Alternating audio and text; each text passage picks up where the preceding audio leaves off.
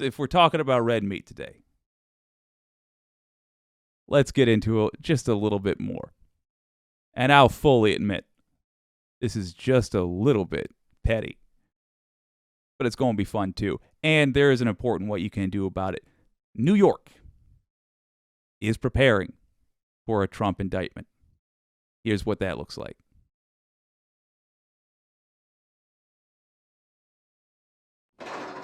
This morning, police in several major cities are on alert for potential unrest in case former President Trump is indicted, which Trump has claimed will happen today. It may not happen, but the probability is it will happen. In New York, police have set up barricades outside the courthouse where Trump could be fingerprinted and photographed if charges are filed. And every member of the NYPD is reportedly being told to be in uniform today. After Trump called on his supporters to protest, the NYPD says it's seeing calls on social media for demonstrations, roadblocks, and even a trucker boycott. We're here to claim our streets back. We need a DA who's going to focus on doing the job and not weaponizing his office. Manhattan District Attorney Alvin Bragg is considering whether to charge Trump with falsifying documents. Okay. This is just to be entirely clear, I have no evidence for what I'm going to put out there. I just want you to be aware of your old pal Jake's suspicion. There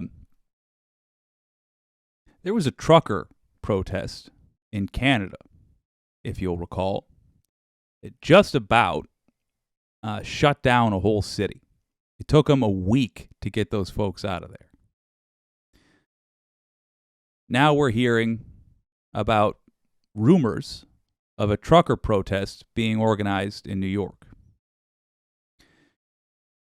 The United States had an event called January 6th, wherein a crowd was riled up and sent to the nation's capital in an attempt to overthrow an election. In other words, a coup. On January 8th of this year in Brazil, the same thing happened. And we found out, oh, look at that. Brazil's former dictator, who got booted out of office, hanging out in Florida. Oh, look at that. He hired Steve Bannon and Steve Miller to advise him. My suspicion, and I really want to stress that this is just a suspicion, is that in the Americas, in this chunk of the world, there is a group of right-wingers organizing the worst civil actions that we are seeing. I'm not going to dwell on it until I have proof. But I put this to you now in case somebody else has already found out about it and it's just not a big news story and you can point me in the right direction. But that's what I'm going to be looking for, because there is very specific behavior that seems to have been happening amongst very fashy circles, and it needs to be addressed. If it turns out it's not just a coincidence, which it could be. Connection with the hush money payment to porn star Stormy Daniels before the 2016 election. Republicans accuse Bragg of playing politics. Florida governor and likely presidential candidate Ron DeSantis took a shot at both Bragg and Trump yesterday. Look, I don't know what goes into paying hush money to a porn star to secure silence over some type of alleged affair. I can't speak to that. The Manhattan District Attorney is a Soros-funded prosecutor. Oh, I would have almost liked DeSantis for taking his first shot. Ugh. Why did he have to go Soros funded? I know why, because he needs to appeal to the crazies. Yeah, on the off chance you don't know, that's just a way to say Jews. Shameful. It is delightful, however, to hear him recap exactly the shady stuff Donald Trump did, and may they keep on fighting. Ooh, it's good. It's so good. And so he, like other Soros-funded prosecutors, they weaponize their office to impose a political agenda. Absolute scumbag, just for the record. Really, really want to stress that I don't actually know that he's done something outright criminal, but the laws he's enacted, this man should just have rotten vegetables thrown at him wherever he goes, 100% of the time for the rest of his life. On society. Bragg responded to DeSantis, saying homicides and shootings are down in Manhattan. Meanwhile, attorney... Hold on. Wouldn't you just love it? Like if Alvin Bragg, Harvard educated Alvin Bragg, whenever he leaves office, like on his last day, whenever that is, calls someone like DeSantis, maybe DeSantis specifically, a honky. I would love it. I would build a statue to that man just for how beat red DeSantis' face would go. Like an actual racial epithet or whatever. I don't know how to say it. An actual racial slur. After, just however long his career lasts of being accused of the wildest stuff, to actually go there would be so funny on the last day.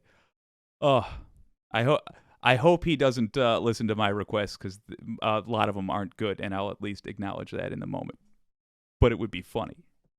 Down in Manhattan.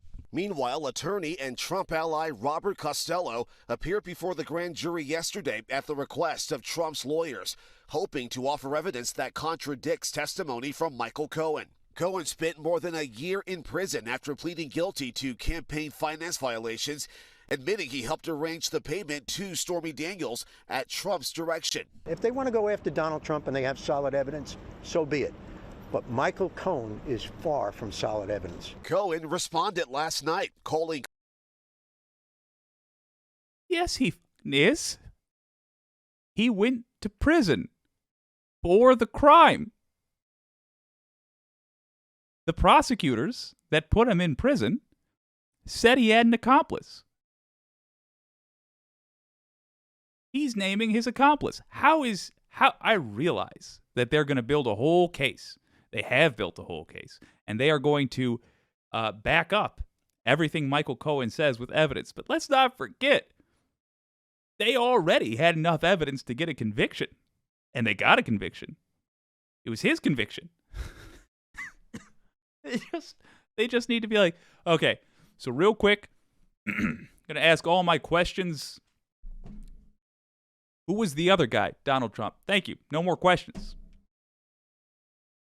It's great evidence, is my point. There's Butch Cassidy, and all he's got to do is get up in front of a mic and say, Sundance Kid.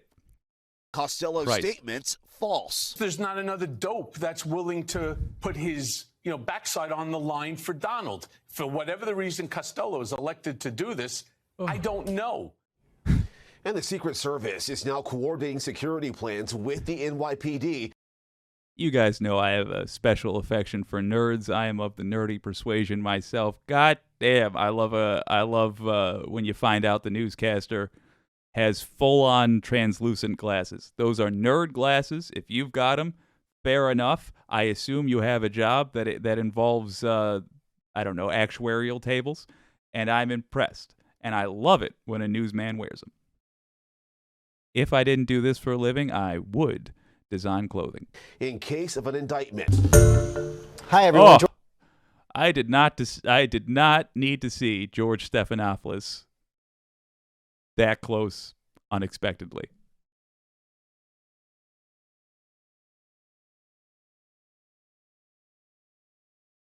Well, what you can do on this one, not terribly difficult, not terribly likely to be needed.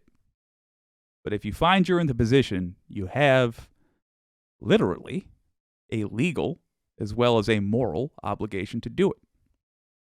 If you hear about somebody talking about getting froggy, somebody talking about doing violence, doing something illegal in regards to Donald Trump's indictment. If you see on your social media somebody saying they better not indict Trump or I'm going up there with my Second Amendment privilege to take care of it, you got to send a tip to the FBI and the NYPD. Screenshot that. Google how to screenshot something if you need to. Screenshot that. Send it to the NYPD and the FBI. Both of them. Yes, they're going to be flooded with all kinds of stuff. That's unfortunate. But we have caught a lot of bad guys that way. And we're going to need to be on the lookout. Because the craziest amongst this group of Americans in the early 21st century will have motivation to go do some wild Can't let them. Be ready to contact.